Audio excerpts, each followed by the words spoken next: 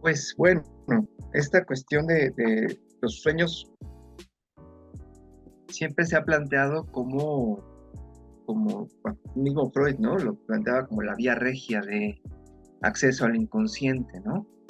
Lo es, me parece, pero me parece que también, vamos, no lo es tanto como Freud hubiese querido, ¿no? Hay que recordar cómo, en principio, pues, Freud pensaba, ¿no? Por eso publica su texto en 1900, o hace que quede fechado en 1900. Él planteaba que la interpretación de los sueños iba a ser justamente la apertura de un nuevo siglo, ¿no? Y eso, vamos, la primera edición tardó muchísimos años en venderse, ¿no? Fue una edición que pudo pasar desconocida y que finalmente Freud se va dando a conocer por otras publicaciones, ¿no? Pero Freud mantuvo, y creo que el psicoanálisis mantiene siempre esta idea de la importancia del sueño como medular de un análisis, y creo que eso es completamente vigente a la fecha, ¿no? Él propuso estos textos, observaciones sobre la teoría y la práctica de la interpretación onírica, y el otro texto muy interesante me parece el de la lección 30 de las últimas lecciones, nuevas lecciones introductorias al psicoanálisis, sueño y ocultismo, porque digamos que son lecturas tardías del propio Freud, ¿no? O sea, Freud es muy interesante y creo que hay que leerlo en ese sentido. Freud iba y venía con respecto a sus propios textos, ¿no? El primer texto que se propuso para ahora, las observaciones sobre la teoría y la práctica de la interpretación onírica, es de 1922. Y el de nuevas lecciones introductorias al psicoanálisis es del 32, estas conferencias que son tan amables realmente, ¿no? Entonces, eso da cuenta de cómo para Freud eh, la cuestión de los sueños y los sueños como cuestión mantuvieron vigencia toda su obra, ¿sí? Toda su obra, y eso me parece que es algo que no se... Creo que es algo que tiende a dejarse un poco de lado en el psicoanálisis contemporáneo, ¿no? Creo que hay un cierto gesto, no del psicoanálisis, sino de ciertos psicoanalistas, para ir dejando los sueños de lado. Creo que eso es otra situación muy importante y también bastante, voy a decirlo así, sintomática del análisis, ¿no? ¿Por qué? Un poco como deshacerse de los orígenes, como si los orígenes fueran algo vergonzoso, como si los orígenes fueran algo a lo que no tendríamos que regresar. Sí, ciertamente los orígenes son vergonzosos. Todos venimos de literalmente un origen, eh, eh, vamos, inaceptable en términos estéticos, ¿no? O sea, el mismo nacimiento es una explosión de fluidos que no está exento de calidad, ¿no? Entonces, vamos, pensemos en los orígenes en ese sentido, y pensemos también cómo para Freud esos orígenes siempre han sido fundamentales. En este primer texto va a proponer unas formas muy interesantes de pensar los sueños, ¿no? A saber, 4. ¿Cómo se analiza un sueño? ¿Cómo se interpreta un sueño? Primero, cronológicamente. Como segunda opción, a partir de un determinado elemento del sueño. Como tercera opción, analizando los restos diurnos. Y como cuarta opción, dice, renunciando a todo precepto. Eso es bastante interesante. Es muy interesante cómo finalmente Freud va a plantear siempre esa poiesis en la práctica analítica, y particularmente en lo que se refiere a la interpretación de los sueños. ¿Hay formas de hacerlo? Por supuesto que hay formas de hacerlo. ¿Hay una forma de hacerlo? Evidentemente no, ¿sí? Creo que este último punto que suelta, así como balazo, renunciando a todo precepto, pues está, por eso no gusta, y por eso justo genera tanta angustia en los psicoanalistas, ¿no? Esta idea de renunciar a todo precepto, porque si se renuncia a todo precepto, ¿dónde está la técnica? ¿No? La pregunta es, ¿esa no es una técnica? Sí, creo que por ahí van cosas muy, muy importantes, ¿no? Otro punto que va planteando acá es finalmente lo relativo a la resistencia. Cito, estoy en el segundo apartado, en mi edición es la página 2619. Dice, frente a una presión alta, quizá se llegue a averiguar de qué asunto trata el sueño, pero no se podrá colegir qué quiere decir, qué se quiere decir sobre el mismo. Es como si uno escuchara una conversación lejana o susurrada sin entenderla. Más adelante dice, prestarle mayor ayuda para limitar la interpretación a proponer algunas traducciones de símbolos que se consideran más probables, ¿no? El sueño es eso. El sueño es una conversación que escuchamos de manera susurrada a lo lejos, ¿sí? Tal cual, como cuando uno está en un café, ¿no? Tomando un café, platicando, y de pronto se cuela la conversación ajena, lejana, ¿no? Y finalmente no se escucha bien, pero algo provoca que lleva a ponerle atención, ¿sí? Pero esa atención que se le pone es una atención muy curiosa, es una atención, que no es una atención pura. O sea, la atención que se le pone no tiene que ver con escucharlo todo con claridad absoluta. La atención que se le pone tiene que ver particularmente con lograr llenar los huecos de lo que no se escucha, ¿sí? Y ahí es donde opera la teoría, ¿no? No hay interpretación de sueños sin teoría. Yo tendría que decir, no hay interpretación de sueños sin una vasta cultura, ¿no? De aquí anticipo algo que me fascina de Michel Foucault. Foucault planteaba algo que a mí me parece realmente fundamental. Dice, para soñar no hay que echarse a dormir. Para soñar hay que ponerse a leer. Él decía, el sueño no es un fenómeno onírico, es un fenómeno de biblioteca. Creo que eso es bien importante. En principio, con respecto a nuestros propios sueños, evidentemente, ¿no? Pero también, por supuesto, con relación a lo que implica darle escucha para poder interpretar otro sueño, ¿no?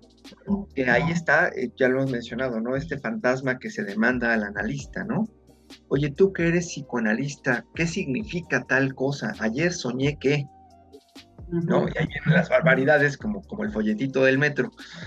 Yo no sé si todavía lo ven en el metro, pero era muy famoso el folletito ese de interpretación de los sueños del metro. Por un tiempo tuve uno, pero que en las mudanzas se perdió. Tengo que recordar mi librito del metro. Pero finalmente es importante eso, ¿sí? Entender que cuando se escucha un sueño, se escucha algo del orden de lo inconsciente. No se escucha el inconsciente, se escucha una producción de lo inconsciente. Eso es fundamental, ¿sí? Entender el sueño como una producción de lo inconsciente, como un efecto de, ¿sí?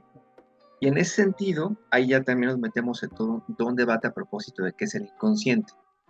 A mí me parece que una definición muy puntual y completamente plástica que permite realmente pensar es justamente pensar lo inconsciente como ese saber que no se sabe, ¿no? Es un saber que evidentemente se tiene, pero que no se sabe que se tiene. Y a partir de allí también vamos dándole validez a eso, ¿no? Es un saber que no sabemos, pero es un saber.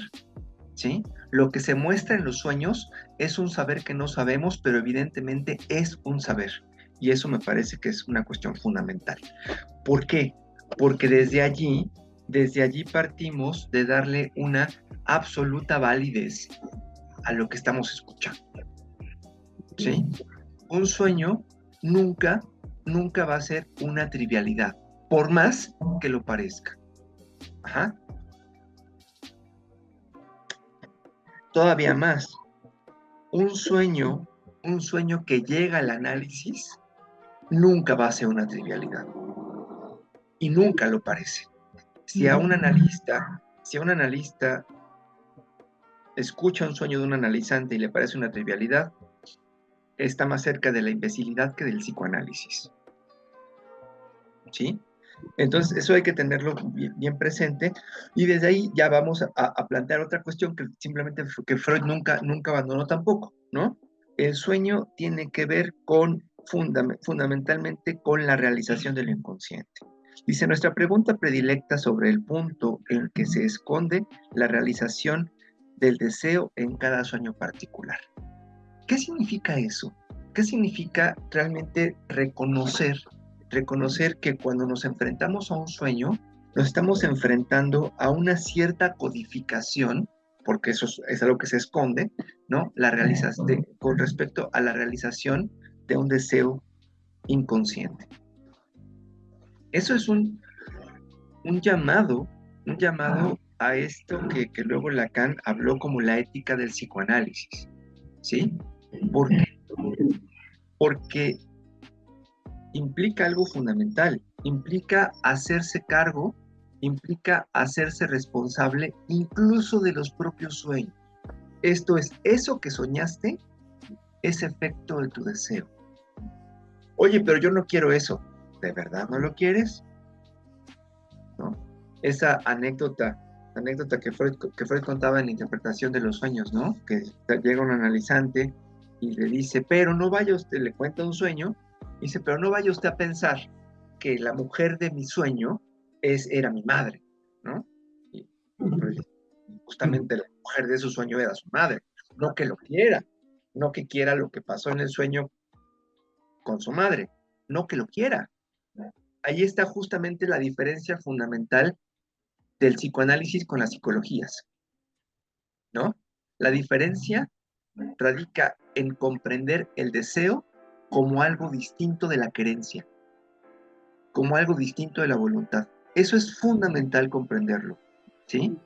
Y eso cuesta mucho trabajo, particularmente a los analizantes, porque particularmente en el castellano es difícil más bien, no es difícil, en el castellano no está implícita esa diferencia, ¿no? Es una diferencia que en castellano hay que estar explicitando todo el tiempo, ¿sí? Y muchos psicoanalistas todavía siguen o todavía quedan entramados en ese cartesianismo, ¿no? A propósito de que tendríamos que saber de nuestro deseo. No, del deseo no sabemos. El deseo se nos aparece y se nos aparece en sueños. ¿Eso que deseo es lo que quiero? No, pero lo que deseo es justamente lo que voy a provocar, sí. Y ahí está justamente el conflicto psíquico, ¿no? Todo el tiempo, todo el tiempo estamos procurando nuestro deseo. ¿O no? ¿Sí? Si lo procuramos hay conflicto. Y si no lo procuramos también hay conflicto. Esa es justamente la tragedia humana. El punto es qué hacemos con el deseo, ¿no? Desde la perspectiva freudiana, en un sentido fuerte, es hacernos cargo, es hacernos responsables de eso. Es una cuestión económica. A ver, voy a padecerlo de una u otra manera. Pues voy a padecerlo conscientemente. Voy a saber de qué padezco. ¿Sí? Mucho hacerse cargo del deseo pasa por allí, por justo, por transitar la cuestión del pago de una manera autónoma, esto es de una manera deseada, de una manera responsable. Creo que por ahí van también planteados un montón de elementos, ¿no? Y por eso lo que más consistentemente se presenta es justamente la cuestión de la resistencia. Esto es, la resistencia me parece que no está tanto en, voy a utilizar la palabra que Freud utiliza mucho, me parece una palabra muy chocante. La resistencia no está en que el analizante no sea dócil ante las interpretaciones del analista. Eso es Freud. Freud que interpretaba y que además demandaba docilidad. Eso es Freud. ¿Sí? Me parece que esa parte en Freud no se puede seguir sosteniendo, que la misma palabra de docilidad es una palabra terriblemente ofensiva, ¿no? O sea, perdón, en mi práctica lo que menos espero de un analizante es su docilidad, por favor, no, ¿no? Porque justo lo que se juega ante la docilidad es toda la cuestión relativa a la imago paterna, ¿no? Lo que se juega en la docilidad, que Freud sí buscaba, hay que verlo y plantearlo así como problema, ¿no? Y como algo de tanto de lo que hizo Freud que no podemos hacer, ¿no?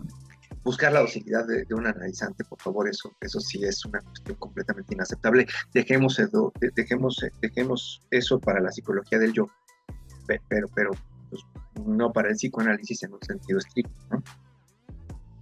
¿Por qué? Porque mientras se mantiene la docilidad, o esto que Freud planteaba incluso como transferencia positiva, lo que se apuntala es una posición de dependencia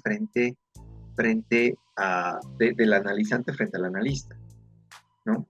O lo que es lo mismo, una relación de dependencia o una eternización de la dependencia del analizante ante el fantasma del padre. Un fantasma que es terrible. Evidentemente el fantasma del padre es terrible, más cuando es fantasma, ¿no? Era fácil matar al padre de la horda primitiva y comérselo, pero eso fue fácil. Lo difícil fue lidiar con Dios después. Eso fue lo complicado. El fantasma es realmente lo que tiene que ponernos bajo alerta, ¿no? Entonces, me parece que la resistencia acá no opera tanto como esa falta de docilidad.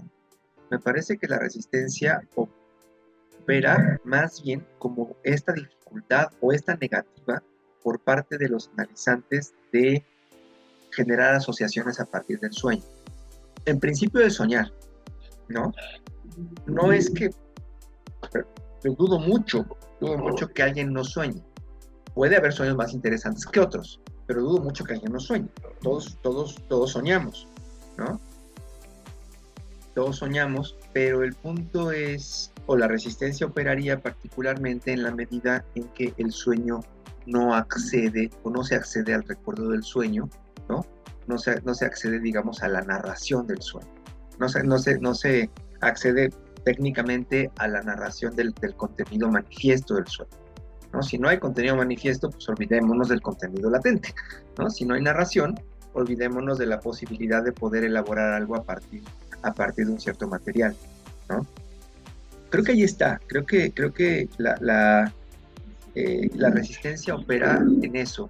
Primero en no poder construir una narrativa a propósito de el contenido manifiesto del sueño, y después en esta negativa o imposibilidad de establecer asociaciones con respecto al mismo.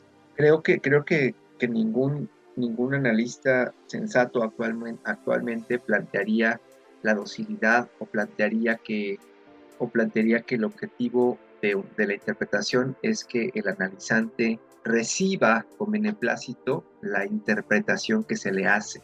Es más, tenemos que decirlo también, la interpretación está cada vez más en desuso. Más bien comenzamos a hablar más de intervención analítica. Intervención o interpretación me parece que son más bien, ya he mencionado, y eso se lo robo a mi analista, ¿no? Establecer puntuación, ¿no? Y una intervención es meter una coma, es meter un punto y coma, es poner puntos suspensivos en la narrativa de otro, y eso justamente invita a escuchar los múltiples sentidos que se que se encuentran ya, ¿no? En un mismo enunciado. Y creo que eso es bien importante. Porque si seguimos pensando en eso, en esa forma freudiana, que hay que entender por qué Freud pensaba eso, ¿no? O por qué Freud lo planteaba así. Pero si seguimos atorados en ese fantasma freudiano, o voy a plantearlo de esa forma, seguimos preocupados, muy preocupados por ¿hice la interpretación correcta? La pregunta sensata es ¿cuál será la interpretación correcta? Y en todo caso, ¿de dónde viene la interpretación correcta? ¿No? Viene, o podemos pretender que la interpretación correcta venga del analista. Creo que no. La interpretación correcta, en todo caso, va a ser producida también por el analizante. Por eso Paul Ricoeur planteaba el psicoanálisis, ¿no? Particularmente la interpretación de los sueños, como una hermenéutica al revés, ¿no? O sea, la hermenéutica derechita es que tengo un texto y hay un sentido que se oculta en el texto, entonces yo tengo que tener las facultades del hermeneuta, del intérprete, para poder decir cuál es el sentido auténtico del texto. No, cuando Paul Ricoeur trabaja este punto, va a decir, no, es justamente al revés. Tenemos un sentido que va a encontrar una narrativa, ¿sí? En un texto, pero no un texto que tenga sentido. Ajá. Entonces, por ahí justamente, y de ahí también nos movemos ya de esta, pues sí, como Freud, eso sí es un corte que hace Freud, ¿no? O sea, Freud va a decir, cuando hablo de interpretación de los sueños, no estoy hablando de José el Soñador, ¿no? José el Soñador que soñó, no me acuerdo de José el Soñador, pero las estrellas y el manto y todo esto, cada estrella era un hijo de unos hermanos que le iban a rendir pleitesía, etcétera. Ya sabemos cómo le fue a José el Soñador, justamente por su soberbia en términos de interpretación de sus propios sueños, ¿no?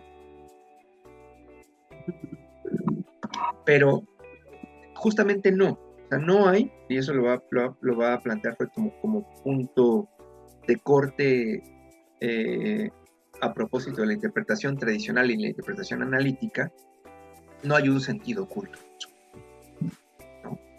No hay un sentido oculto, el sueño no me dice nada, el sueño no viene a darme un mensaje del más allá, no viene a darme un mensaje de los muertos, no viene a darme un mensaje de nada, ¿no?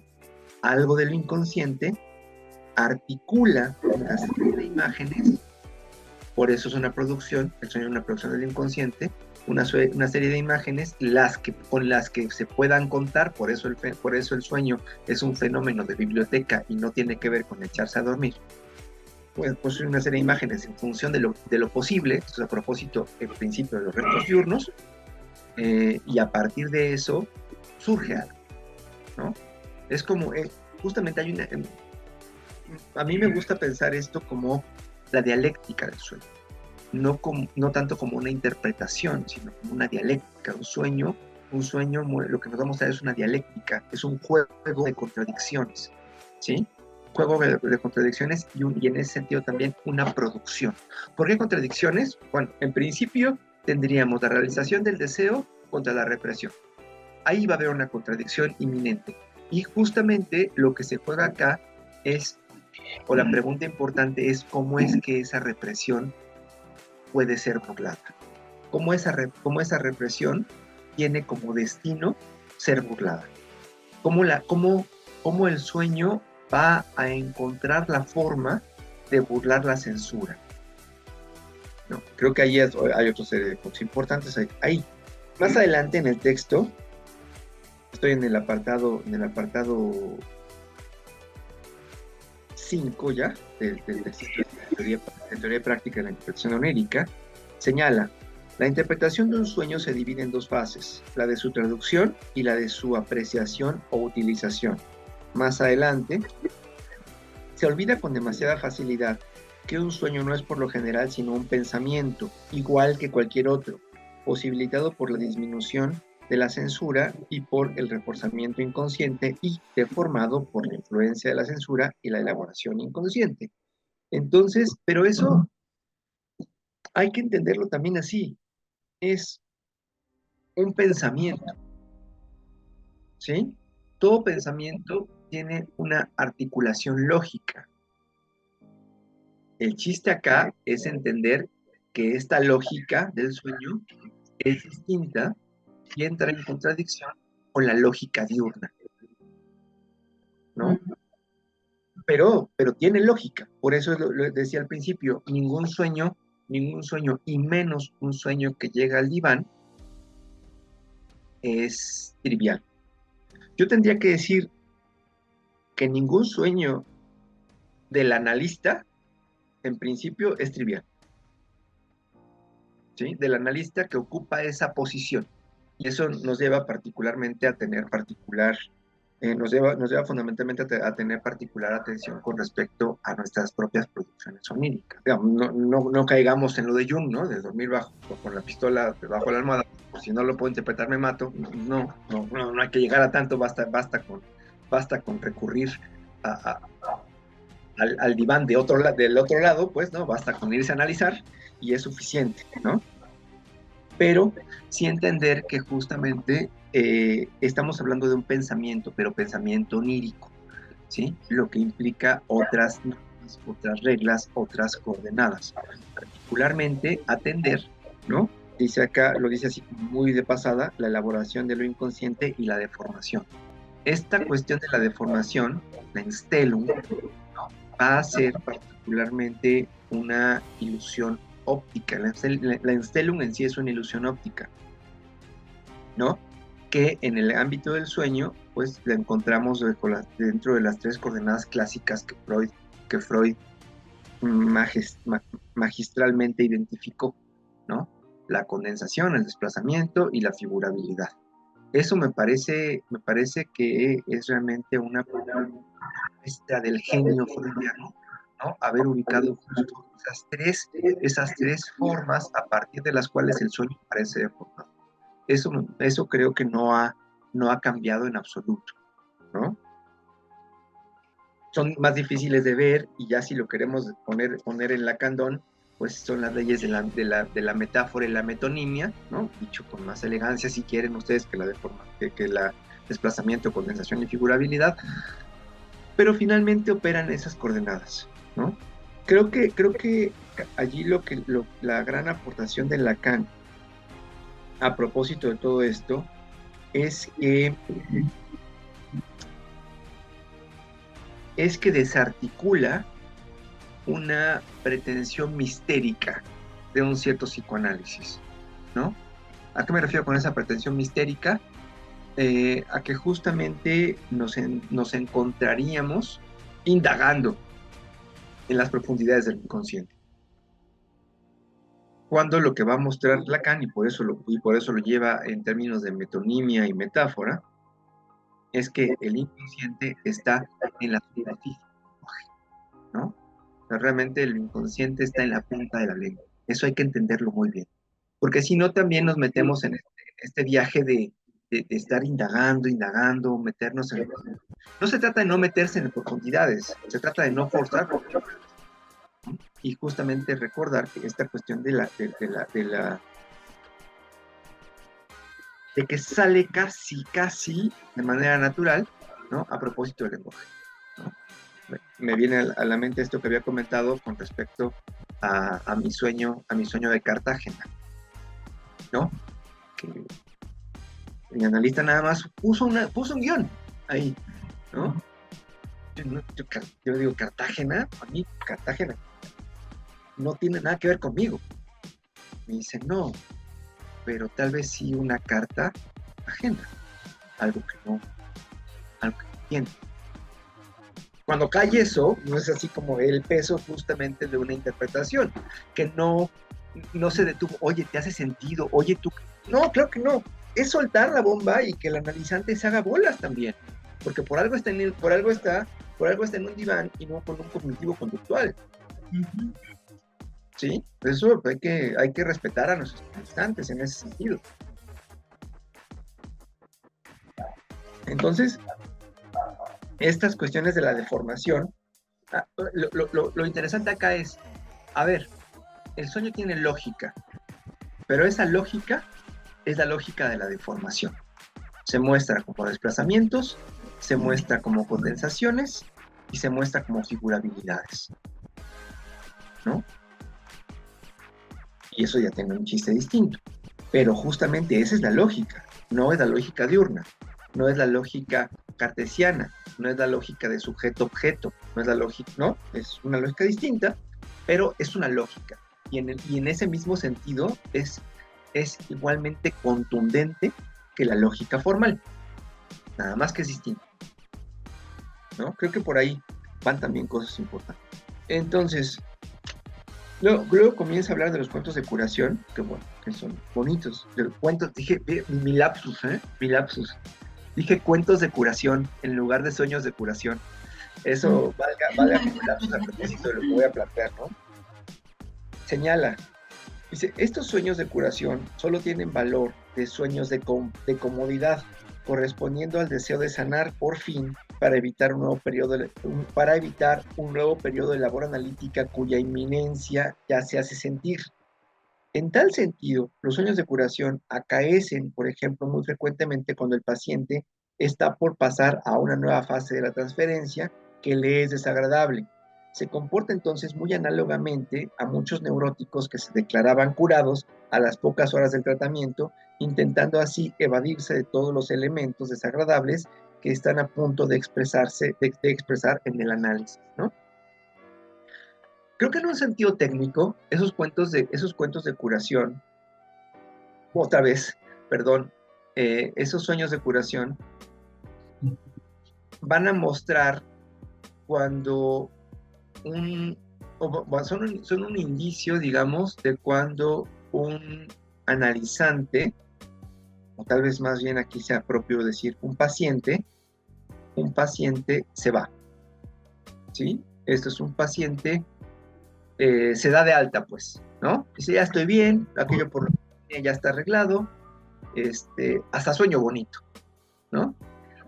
Entonces, bueno, eso implica, vamos, una posición subjetiva, ¿no?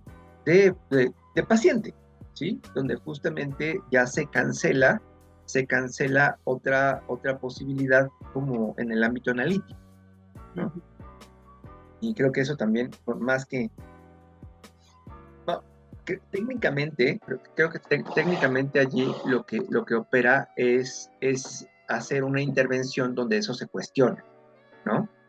Donde se cuestiona, pero un poco pues, desde ahí. No se le puede, obviamente no se puede decir, eso que usted soñó es un autoengaño. No, pues claro que no, evidentemente no, aunque evidentemente lo es.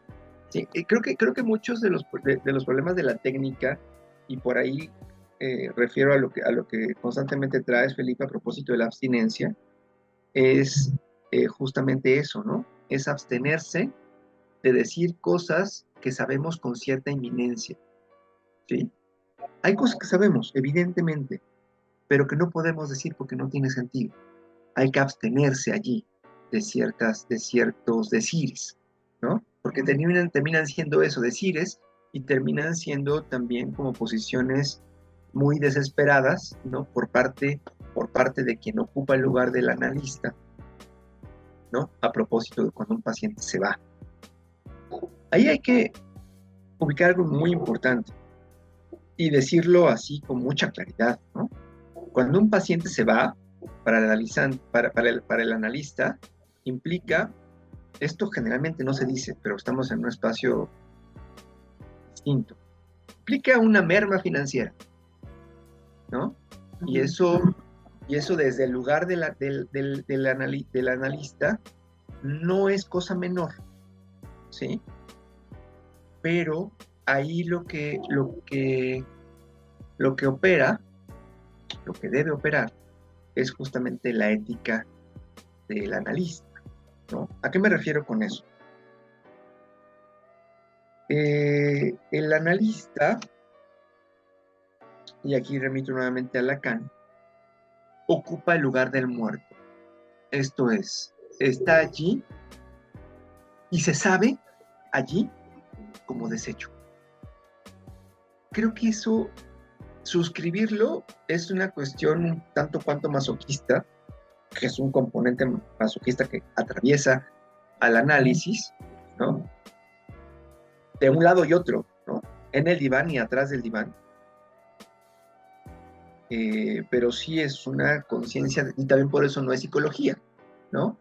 O sea, el psicoanalista trabaja para ser desechado, ¿sí? Para convertirse en resto, para convertirse en desecho. Por eso ocupa el lugar del muerto. Y solamente ocupando ese lugar es que eso no genera una merma en un sentido subjetivo. A ver, cuando un paciente se va, y ya hablo de paciente porque el analizante permanece o tiende a permanecer, implica una merma financiera, es cierto. Lo que no puede implicar, en todo caso, es una merma subjetiva. Porque cuando implica una merma subjetiva, cuando implica una pérdida en mi condición de sujeto, implica que no estaba allí como el muerto, estaba allí como un sujeto deseante. Y eso es lo que mientras está detrás del diván, no se es. Mientras está detrás del diván, uno no es un sujeto deseante. Por eso la atención flotante es importante. ¿Sí? Por eso se requiere ese cierto, voy a decirlo así, elegante desinterés, que nunca es interés, que nunca es desinterés. ¿Sí? Por eso se requiere esa abstinencia y ese pudor. Curiosamente, y eso también se lo vemos a Freud, el analista ocupa un lugar muy púdico. ¿Sí? Y a qué me refiero con púdico, pues justamente que tiene el pudor de la abstinencia, esto es de no hablar de sí o de no pretender que eso tiene que ver conmigo. Lo impúdico es eso. La impudicia tiene que ver con pretender que eso que está pasando tiene que ver conmigo. Eso es de fondo vanidad. No tiene que ver conmigo. La vida de los analizantes y de los pacientes es mucho más compleja, ¿no? Y tiene muchos más elementos que el espacio del analista, aunque por supuesto, cuando el proceso está, el analista ocupa un lugar muy importante, ¿no? Tengo que decirlo, mi analista es muy importante para mí, lo quiero, ¿no? Sueño con él, ¿no? Etcétera, pero no, y eso no implica una relación personal, ni mucho menos. Ni siquiera algo que se busque en ningún sentido. Ahí radica justamente la cuestión del pudor, ¿no? Del pudor, de la abstinencia y particularmente del lugar del muerto. Cuando se ocupa ese lugar, un lugar difícil, es cuando realmente un paciente puede irse sin que eso implique una merma subjetiva. Lo que no quita llevar a cabo una reflexión importante a propósito de que se fue. Pero simplemente es distinto. La posición de sujeto deseante implica perder un cliente. Y eso es justamente lo que un paciente no es. Por eso justo el analista no puede estar allí como sujeto deseante. Está como sujeto, pero está como sujeto oreja. Está como sujeto escucha. Está como sujeto cesto de basura. ¿Sí? Porque si no, lo que se dice me va a ofender. Y justamente eso es lo que no podemos, o donde no podemos caer, ¿no? Creo que eso sí implica ciertas caídas y que Freud estaba todo el tiempo cayendo ahí. Freud se da una terrible importancia personal. Él tenía mucho la verdad de sus analizantes y la verdad de los sueños. y sus interpretaciones para él eran válidas, ¿no? Vamos, uno tampoco puede hacer una interpretación pensando que no es válida, pero no pensando que es la única válida, ¿no? Son sugerencias, lo que ya he mencionado, ¿no? La interpretación no tiene que ver, no tiene que ver con una construcción de sentido, la interpretación tiene que ver con una generación de oleaje, ¿no? La interpretación es una piedra que se avienta en un estanque donde el agua está justamente inmóvil y a partir de esa comienza un cierto movimiento. Eso es una interpretación. ¿Freud buscaba eso? No, Freud sí buscaba una interpretación que dotara de sentido y de aparte un sentido correcto. Por eso es que el psicoanálisis se ha seguido moviendo, ¿no? Ahora, que el psicoanálisis se mueva no significa en ningún momento tirar por la borda las aportaciones técnicas y teóricas, por supuesto, de Freud, ni mucho menos, ni pensar que Freud está superado porque Freud buscaba justamente darle sentido a los sueños. Pues no, eso tiene que ver con la época, tiene que ver con el momento, con la posición del fundador, ¿no? Pero no tiene que ver con que ese gesto freudiano desacredite, ¿no? Desacredite en absoluto lo relativo a la obra, ¿no? Esta obra de teatro que ya nunca la he vuelto a ver, que problematiza justamente eso. Bienvenido al nuevo siglo, doctor Freud, ¿no? Que es justo todo el caso de Dora, ¿no? De Dora. Donde Freud no entendió cosas, ¿no? Y donde Freud tenía un prejuicio, ¿no? Freud tenía el prejuicio de que Dora estaba enamorada del señor K, ¿no? Y que a partir de eso ella buscaba acceder a su padre. Cuando lo que Freud no pudo ver es que el señor K no le importaba un caramba a Dora, sino lo que le importaba era la señora K, ¿no? Y eso es lo bonito. Pero lo bonito realmente es que Freud lo puede ver y dice, sí, no lo vi. Años después, muchos años después. Pero yo quiero ver otros científicos que reconozcan que no vieron algo. Bueno, hasta aquí no sé si tengan como algún comentario. Ya después de esta magnífica exposición de todo el texto, qué bárbaro, ¿eh? Qué gran explicación. Gracias, Alejandro. No.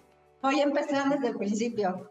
Recuerden que yo no soy psicoanalista, ¿eh? O sea, mi visión es diferente y ahorita aprendí muchísimas cosas. Pero bueno, cosas que a mí me gustaron, que a ver si les llevan alguna cuestión, es que en Freud me pareció, cuando yo estaba leyendo todo el texto, muy vanguardista, por eso que decía él de que estaba retomando sus propias clases anteriores, porque tuvo como el valor de repensarse y de reajustar su pensamiento, y eso creo que es algo que lo mantiene vigente y que debería de mantenernos vigentes a nosotros también. O sea, nosotros debemos hacer este repensamiento de quiénes somos, de lo que hemos escrito, de lo que hemos hecho, periódicamente, ¿no? Entonces, eso se me hizo así algo bueno. Yo sé que él es muy egocéntrico y que quizá por eso toda esta parte primera de la interpretación de los sueños de una forma más rígida en un inicio, ¿no? Quizá ese fue su trabajo de vida personal también, el darse cuenta, bueno, yo me meto en otros pensamientos, ¿no? El darse cuenta de esto, pero también tener esa capacidad de verlo, se me hace admirable en él, ¿no? Es que apunté varias cosas. Esta era alguna cuestión que yo pensé mientras estaba leyendo el texto, si era tan bueno a veces develar lo oculto, pero ya me quedó claro cuando dijiste que pues, se interpreta lo que llega al diván. O sea, no vas a estar escudriñando, pero si llega ahí, pues sí. Quiere decir que hay alguna necesidad, ¿no?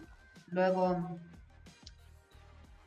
también me parece interesante que haya esta apertura que tiene que ver con el repensarse en la técnica, ¿no? Ese último paso que era el de... Prescindir de toda. ¿Eh? Renunciar a todo precepto. Renunciar a todo pensamiento. se me hizo muy interesante, o sea, es esa apertura, ¿no? A lo que está delante. Foucault fue importante porque no hay interpretación sin cultura y sin estudiar. Eso también es algo interesante, ¿no? El que tengas que prepararte, ¿sí? Porque si no, el sueño puede ser, mmm, no sé, nada. No tendría para ti ningún sentido más que lo que está surgiendo, ¿no? Pero el poder analizar tus propios sueños me parece importante. No sé, es que apunté muchas cosas. Por otro lado, también por ahí había yo puesto que no se puede hacer una interpretación tan rígida. Bueno, esto no lo apunté, sin tener en cuenta al sujeto enfrente, ¿no? Porque la interpretación tiene que ver con lo que él mismo también está hablando. No puede haber una interpretación de los sueños como en un principio la hubo, porque si no sería muy... O sea, no para todos la lluvia significa lo mismo, porque tiene que ver con una vivencia. Yo sé que ustedes lo saben muy bien, pero tiene que ver con tu propia historia. Y eso es lo que el otro te tiene que decir o tiene que interpretar. Entonces, realmente en los sueños sería un poco prepotente tener como que un estricto manual de interpretación, diría yo, ¿no? O sea, difícil, muy difícil, porque ¿cuántas interpretaciones puede haber por las millones de personas que vivimos en el planeta? No es que diga yo que todo es así, pero dices tú, sí, hay muchas formas de percibir determinadas cosas, ¿no? Entonces, dentro de toda la estructura, esto pues más bien tiene que haber un acompañamiento para conocer quién es el que te lo está diciendo y por qué te lo está diciendo en determinado momento. Eso ustedes lo saben mejor. Yo entré en crisis porque para mí la cuestión religiosa es importante y hasta me agarré a Felipe el otro día y le dije, a ver, ¿y qué me dices de José el Soñador? ¿Y qué me dices de San José? ¿Y cuando se le apareció el ángel y todo eso? Y dices, bueno, esa es otra cosa.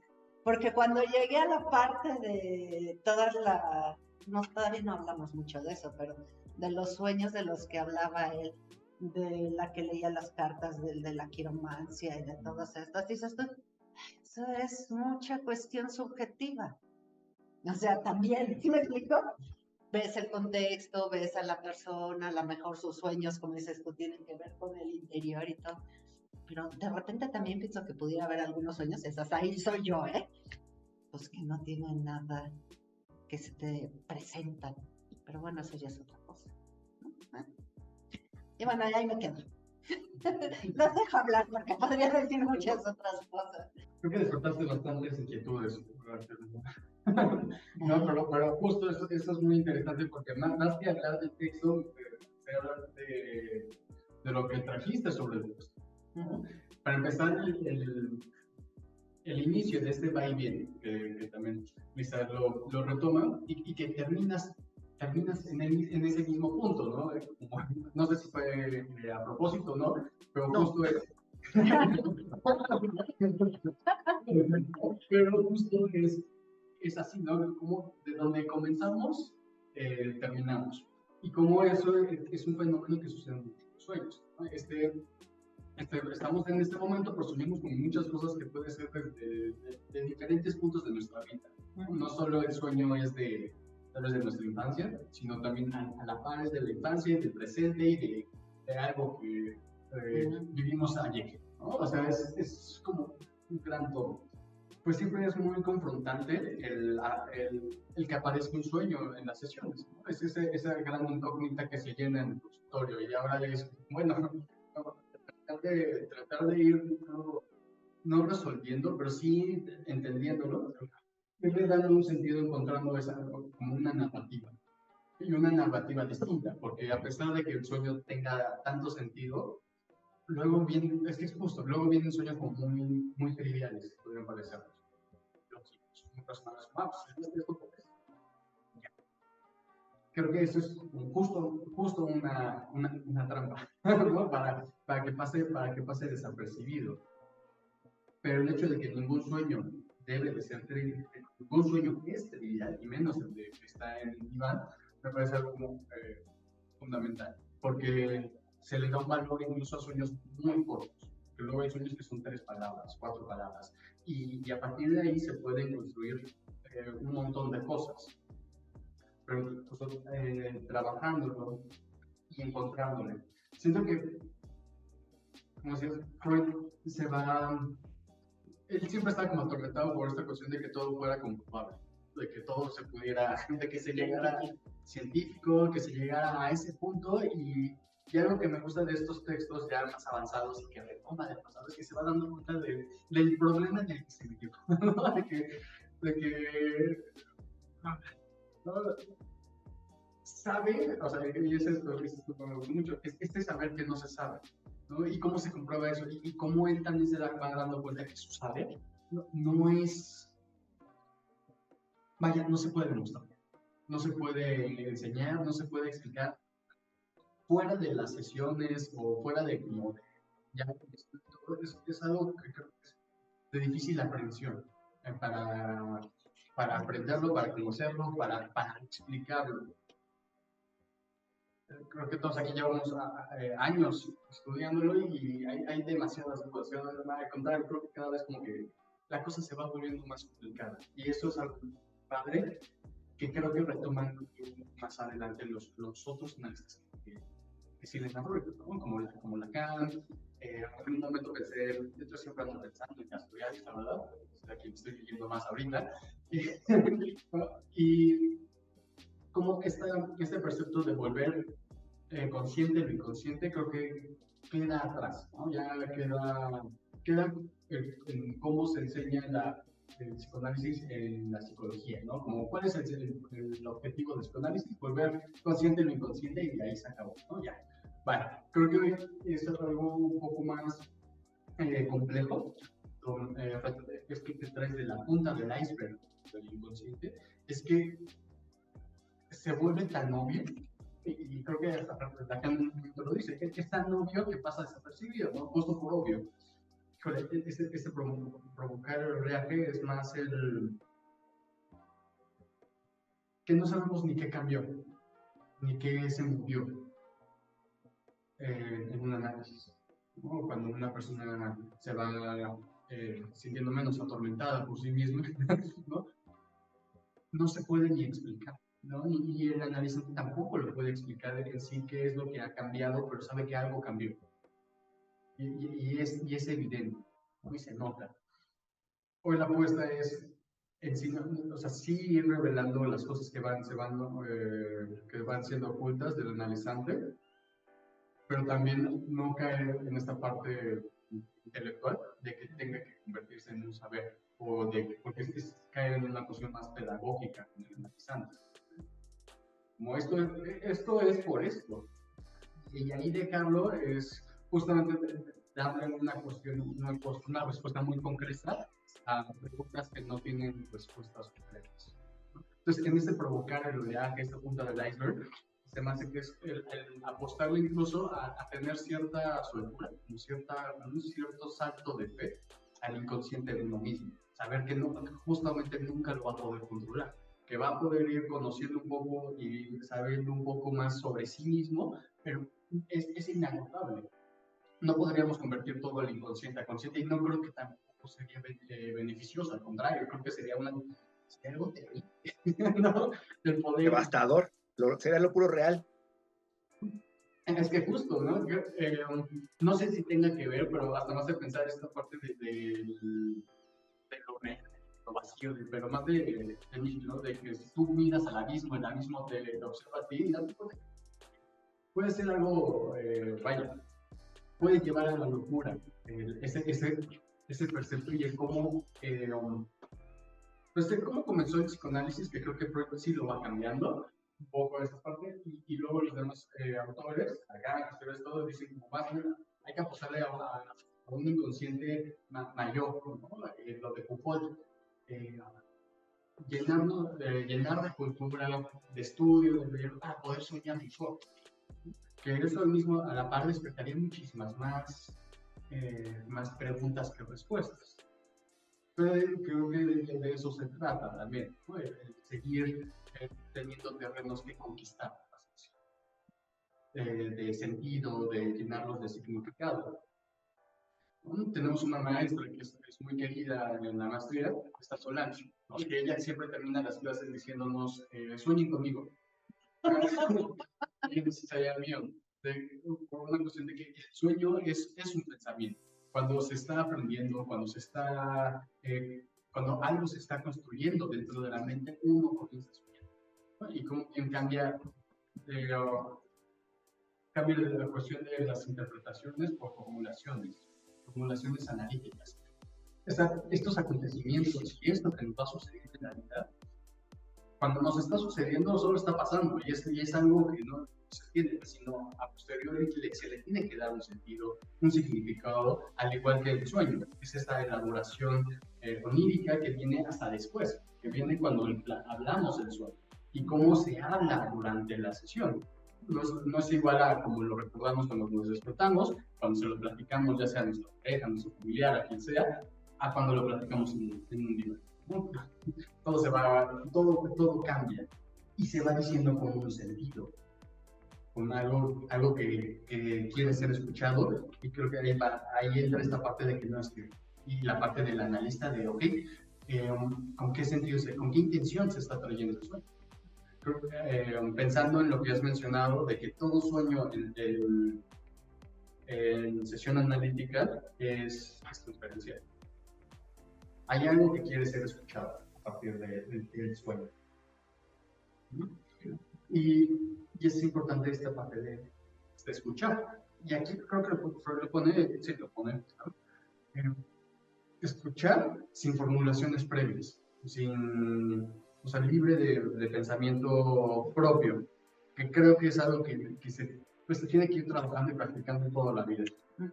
Porque deslindarse de uno mismo para poder escuchar al otro es algo que conlleva, más que estudio, mucha práctica, sin prejuicios y abstinencia.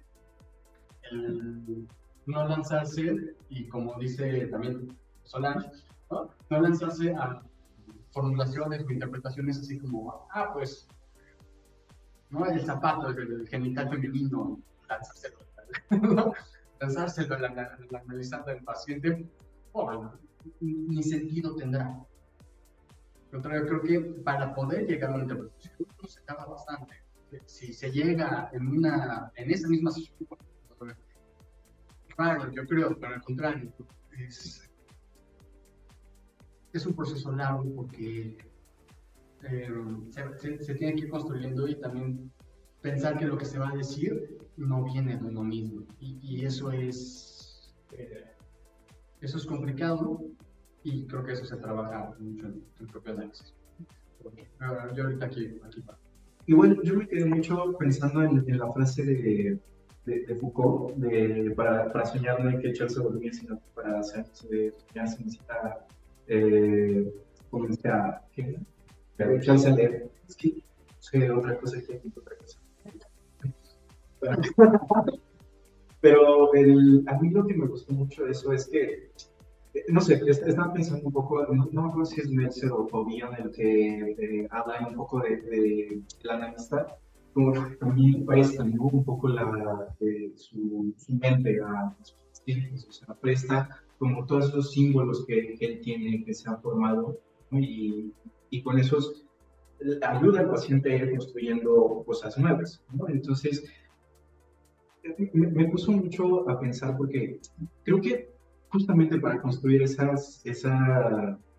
mundo, ¿no? Interno también del analista, y que lo pueda ayudar, ¿no? Como herramientas a sus pacientes, son tres cosas esenciales las que el analista necesita, ¿no?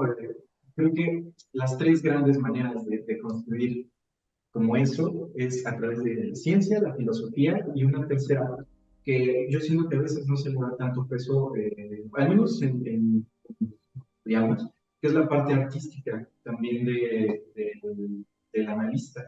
O sea, creo que esa parte artística es súper importante, porque así como el artista es lo que está comentando Felipe, nosotros también trabajamos con lo que no tiene una palabra, ¿no? O sea, el científico sí puede hablar de sucesos, ¿no? Que están sucediendo que tal vez no existen todavía y les ponen un nombre, ¿no? Les ponen palabras. El filósofo igual habla de lo que no tiene palabras, en el sentido de lo inefable, ¿no? De la vida, ¿no? De todo eso, ¿no? Que no se puede representar. Pero el artista habla de algo mucho más interno, ¿no? De la experiencia humana, y es eso, ¿no? La parte de la experiencia. Yo lo veo como, a mí me gusta mucho la música, y creo que por eso también lo pongo ese ejemplo. Y cada nota es una onda, ¿no? Y cada onda tiene específicos, por ejemplo, el do son 440, entonces cuando una onda tiene 440 Hz, eso es un do. Cuando tiene un re, también tiene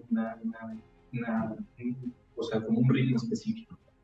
Pero entre el do y el re hay una infinidad cañona igual también de ondas, ¿no? De sonido que no tienen nombre y que o sea, no tienen una manera de explicarse. Entonces, creo que también es un poco ahí con experiencia, ¿no? Que nosotros tenemos, y por eso el psicoanálisis, eh, no sé si me hace tan interesante, porque es como tratar de ver entre esas notas, ¿no? Que no tienen nombre y empezar a construir, ¿no? Creo que a mí, por eso me gustó mucho esa frase, creo que a veces no se le da tanto el peso o la importancia al proceso también artístico del psicoanalista, ¿no? También de cierta forma somos poetas, ¿no? La única manera de poder representar eso que no tiene palabra, pues es a través de la metáfora. O sea, no podemos llegar a decir algo, si no es a través de eso, es como no sé, eso es lo que a mí me parece súper interesante. Y justamente para poder crear esas metáforas y todo, tú sí tienes que leer, tienes que crear, ¿no? Es también lo que le está diciendo otra vez a la película. Algo que me frustra a veces mucho de la maestría es que a veces siempre son exámenes, clases y todo, pero no se nos ponen a crear cosas, ¿no? O sea, a escribir nosotros, a poder también. No sé, como, pues sí, creo, no sé, como un artista, como un escritor, como un poeta, ¿no? Que inventa que pone palabras a lo que antes no tenía, y eso me gustó mucho. Creo que por lo mismo también viene mucho con la idea del sueño, ¿no? Porque, al final el sueño también es una metáfora, ¿no? Y pues bueno, eso me pareció muy interesante, y bueno, quería compartir. Bueno, hay un montón de cosas que están planteando, ¿no? Creo que sí, coincido contigo, Felipe, en términos de que aquí nos encontramos con un Freud, híjole, relajado, ¿no? Y creo que eso nos enseña un montón de cosas. Aquí Freud ya se relajó. Aquí Freud ya está más allá del bien y del mal. Ya, ya sabe que su nombre quedó marcado indeleblemente en la cultura. Sabe que nada lo va a borrar.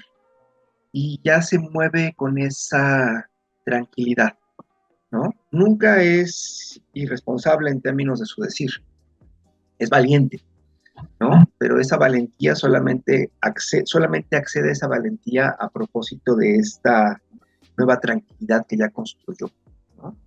Ya no está probando nada, ya no es fuera de la interpretación de los sueños donde la primera mitad del libro es todo lo que se ha dicho de los sueños en toda la historia, ¿no? Es agobiante, es una lectura decimonónica, pesada, ¿no? Todo lo que tienes que hacer, todo lo que tienes que pagar para llegar al capítulo 7 del libro, ¿no?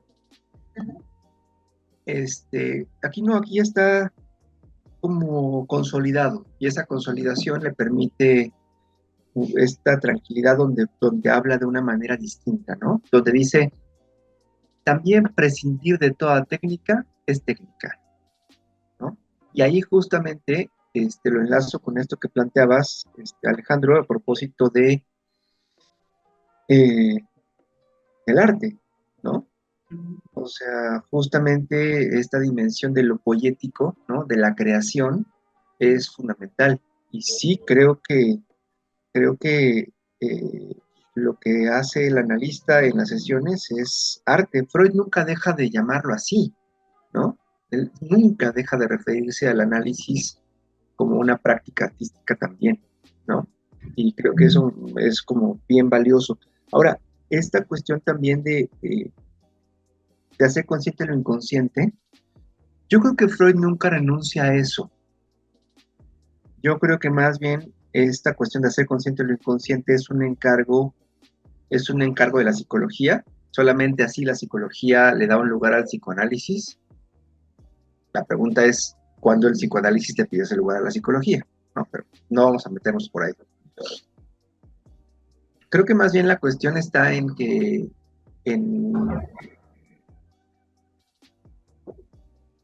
en qué se hace con eso que se hace consciente.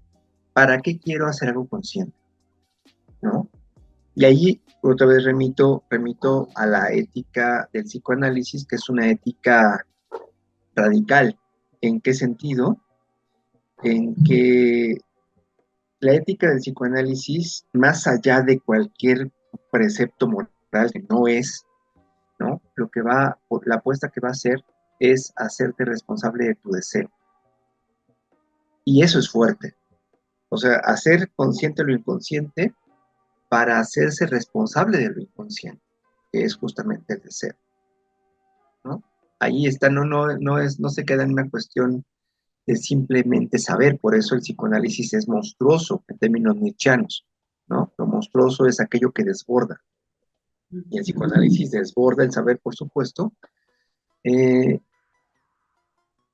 lo desborda negativamente, esto es, el psicoanálisis, si lo decimos en un sentido epistemológico, corresponde a un no saber. Esto es, no es saber, pero no deja de serlo, ¿no? Y en ese sentido desborda. Y creo que eso ya nos mete en una discusión bien fuerte a propósito de qué significa hacer consciente lo inconsciente y cuáles son las implicaciones que tiene, ¿no? En ese sentido de esta ética radical. O sea, suena bien bonito, ¿no? Hazte cargo de tu deseo. Ah, qué bonito suena, ¿no? Si lo dejamos ahí, suena bien, ¿no? ¿Qué es lo que implica hacerte cargo de tu deseo? Es hazte cargo de lo que sabes de ti y hazte cargo de lo que no sabes de ti. Es, hasta se me atora. O de lo que no quieres saber de ti. También. De lo que, es que ya cuando estás en el proceso del diván, digamos que lo que más impera es una voluntad de saber. O sea, lo que lleva a un analizante al diván y lo que hace que el otro permanezca como analista detrás del diván es justamente una voluntad de saber, que también es monstruosa porque desborda el saber, ¿no? Y de fondo sí es ese hacerse cargo. Eso es yo diría que incluso es el elemento más romántico del psicoanálisis, ¿no? Es el elemento más prometeico del psicoanálisis, ¿no? Llevar esa responsabilidad a esos límites donde solamente se encuentra uno con lo imposible, ¿no?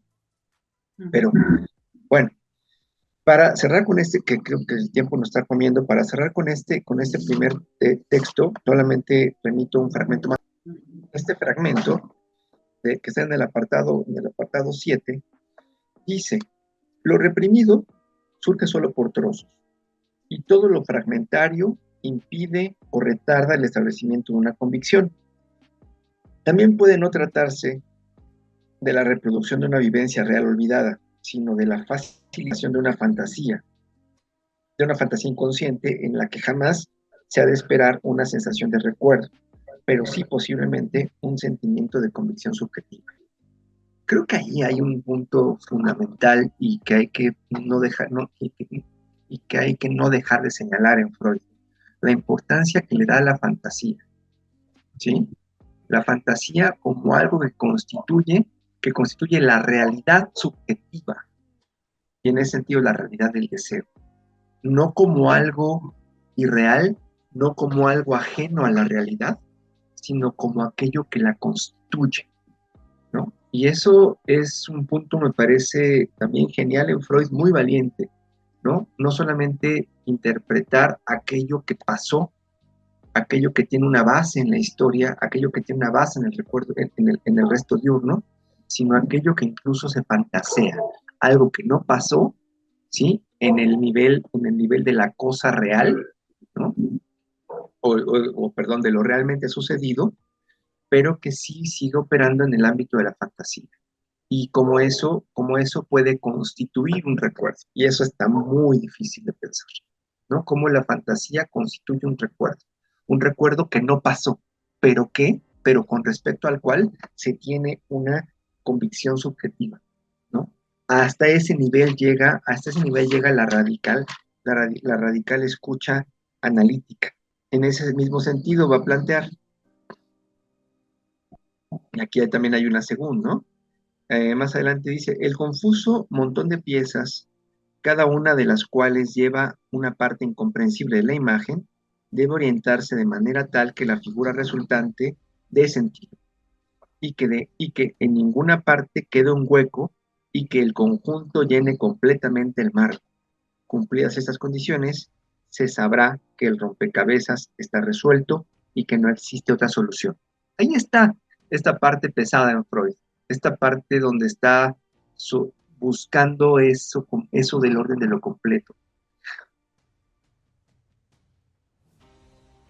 Pero por más que está allí, ¿no? Y por más que está literalmente allí, hay que entender, hay que entender que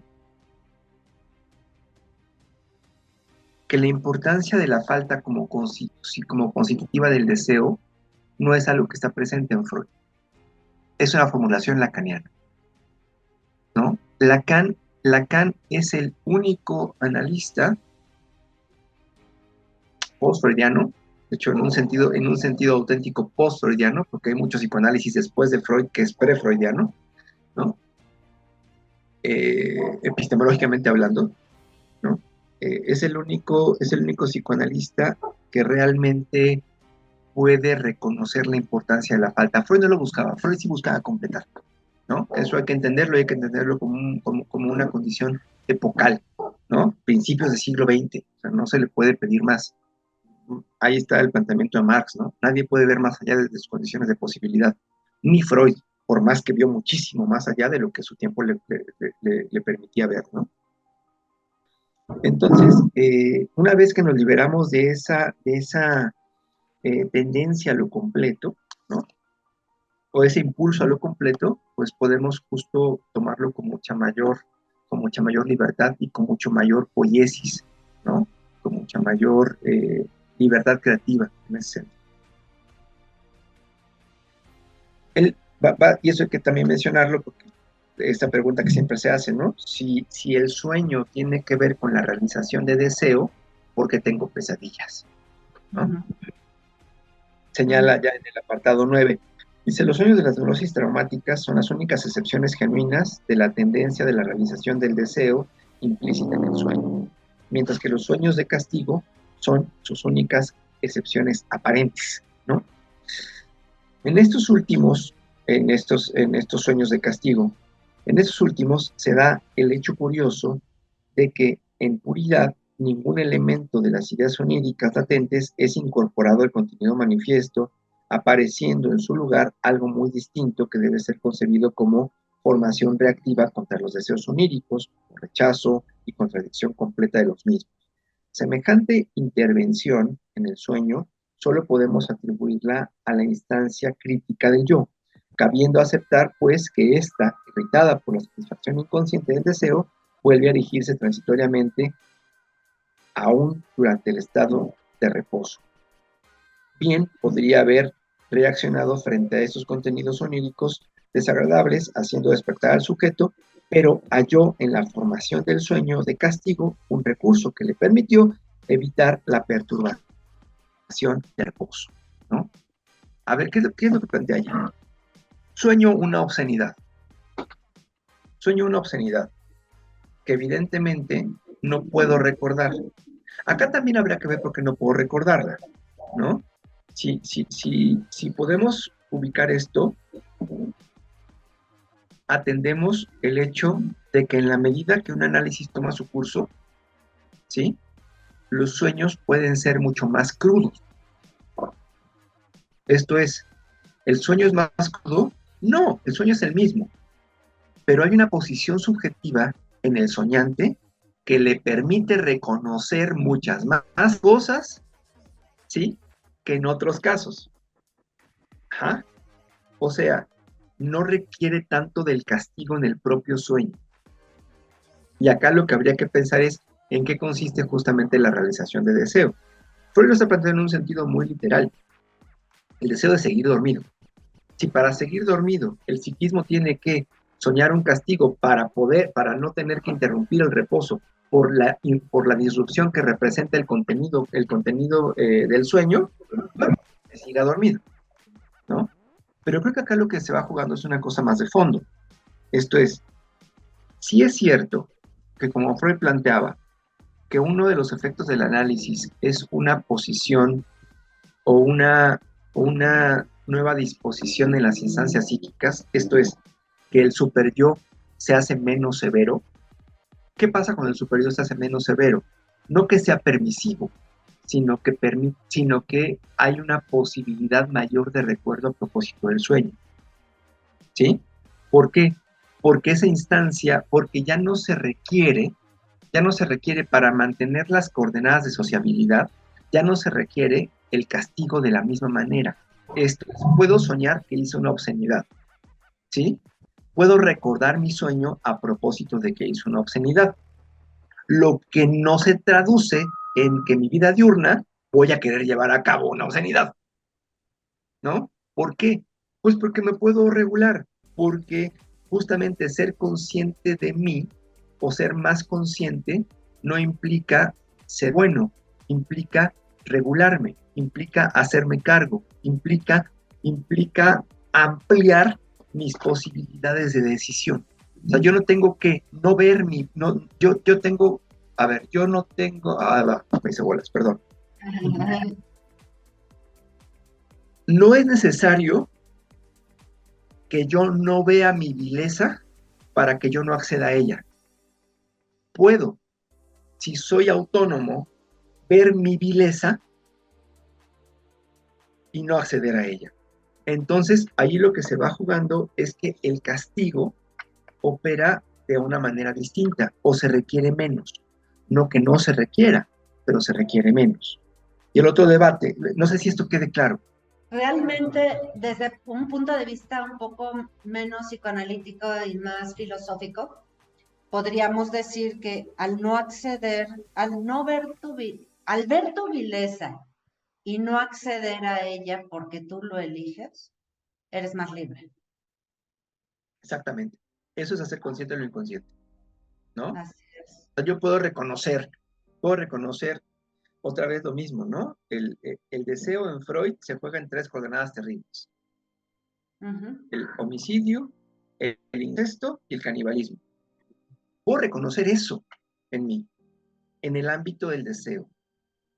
Y eso no se traduce en ningún sentido en que me convierta en asesino, en caníbal o en incestuoso, ¿no?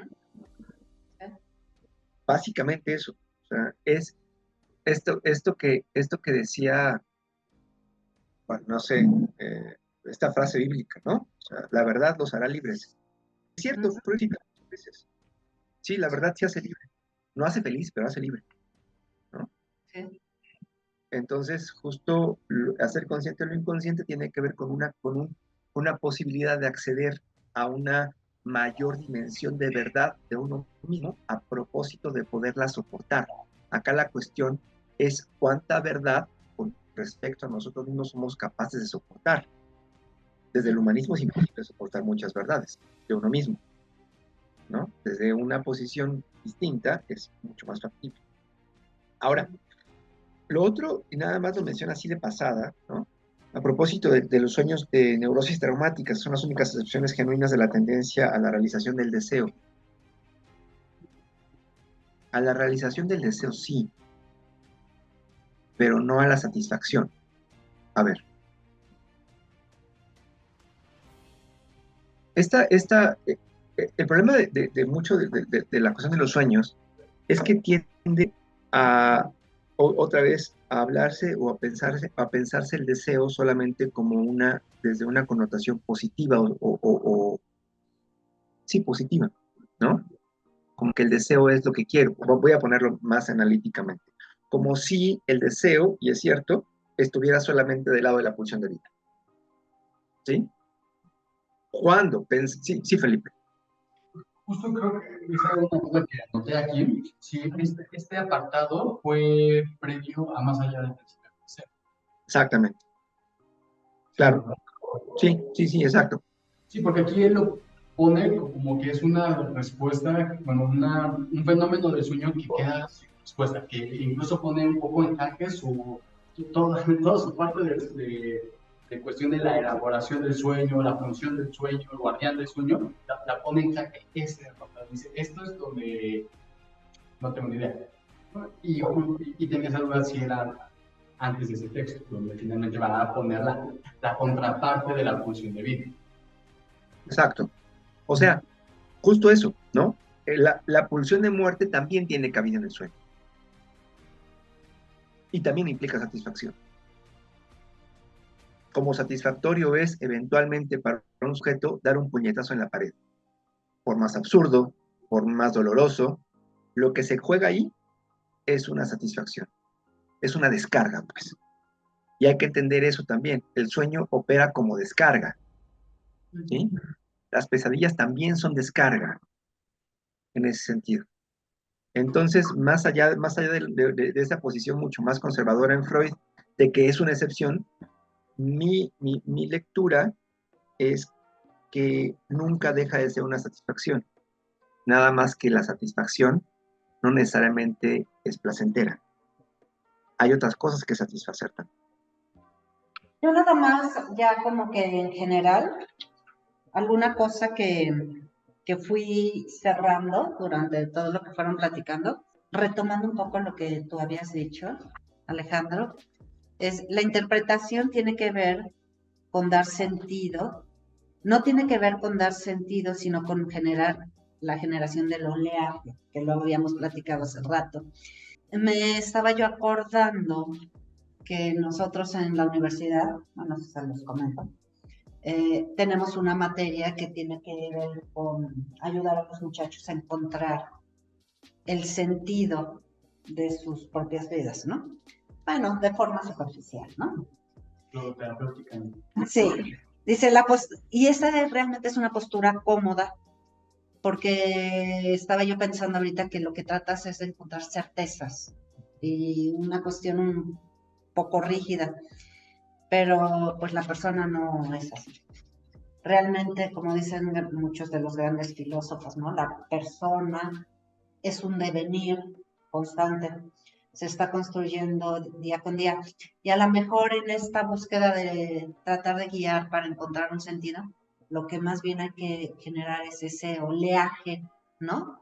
Para que ellos puedan seguir encontrando sus propios caminos. Yo sé que les estoy participando un poco de algo de lo que nosotros hacemos en la universidad, pero más bien tiene que ver con el devenir, no con un sentido cerrado. Que yo sí se los planteo así, que esto se lo van a tener que ir preguntando en una constante, ¿no? Pero este generar oleaje tiene que ver con que realmente estén abiertos a esta apertura de la que Freud nos está hablando constantemente en él mismo. Tal vez no lo diga totalmente, pero él lo estuvo generando en toda su trayectoria de vida y profesional, ¿no? Nada más.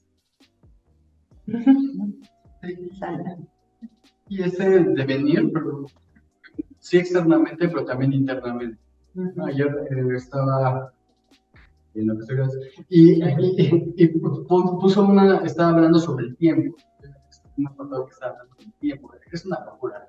No entiendo casi nada. Pero hay un momento donde habla del ser y del por ser. Y esta oportunidad, esta apertura del tiempo como una alteración, una alteridad de uno mismo. Y me pone este por ser, esa apuesta por lo que uno se convertirá. Y creo que esta parte del oleaje es también lo que permite el que se vaya uno desconstruyendo y construyendo constantemente. Así como Pablo decía, este ir y venir, a ponerse, volverse a poner en jaque, volverse volver a reconstruir su teoría, para que pueda permitirse vigente. ¿No? Creo que Freud y estos autores siguen vigentes porque son libros, son lecturas abiertas, son lecturas que permiten, como hoy lo hacemos, seguir construyendo a partir de ellas, seguir repensándolas, seguir creyéndolas hoy, porque no llega a esas certezas. ¿No? Mueven muchas cosas, crean muchas dudas, muchas preguntas, y, y es la parte de por qué continúan tan vigentes, es que se les pueden, se van adaptando al tiempo. Con respecto a esto del sentido, yo lo plantearía así, ¿no? Bueno, Freud mismo dice, ¿no? Bueno, a ver, yo siempre pienso, a una postura propia, que hay que tener un pudor ante el misterio, que el misterio está allí por algo, ¿no? Y en ese sentido, como Freud dice en una parte en el texto, la humanidad tenía la costumbre de soñar mucho antes de la existencia del psicoanálisis, ¿no? Y eso me parece un gesto de una humilde, de una belleza terrible en Freud, ¿no? Su humildad, belleza, sinceridad. Y que justo hay un punto donde el misterio va a operar y es importante que opere allí. Es justo lo que podemos pensar como la falta, es importante que la falta esté, porque si nos metemos al campo de lo completo, porque si encontráramos la respuesta última, lo único que podríamos hacer ante una respuesta última así sería guardar silencio, dejar de existir. Creo que eso, vamos, tampoco nunca ha sido una propuesta del análisis. Bien, es un texto que me pareció muy sí, que genera mucho oleaje, ¿no? A propósito justamente del momento en que ya lo escribe, que es un momento tardío.